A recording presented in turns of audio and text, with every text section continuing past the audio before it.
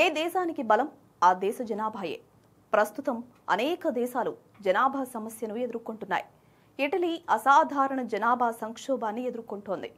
1861లో దేశ ఏకీకరణ తరువాత 2024లో కేవలం 3,70,000 జననాలతో అత్యల్ప సంఖ్యను నమోదు చేసింది.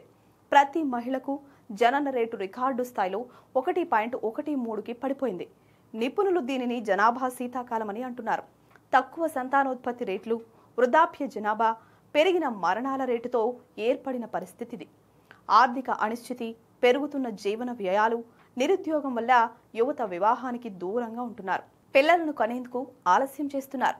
ఇది దేశ ఆర్థిక, సామాజిక స్థిరత్వానికి తీవ్రమైన ముప్పుగా పరిణమించింది. దీంతో ప్రభుత్వం తగిన చర్యలకు ఉపక్రమించింది. యువతకు విస్తృతమైన ప్రోత్సాహకాలను ప్రకటించింది. దీనిలో గ్రామీణ పునరావాస గ్రాంట్ ఒకటి. దీని కింద గ్రామాలలో వదిలివేసిన ఇళ్లను కొనుగోలు చేసి వాటిని పునరుద్ధరించే వారికి 30,000 యూరోల వరకు అందించనున్నారు. భారత కరెన్సీలో ఇది 30 లక్షలు. చిన్న పట్టణాల్లో నివాస స్థిరత్వం కోసం అక్కడి ప్రజలకు నెలవారీ స్టైఫండ్స్, బిజినెస్ సపోర్ట్ వంటివి అందిస్తున్నారు.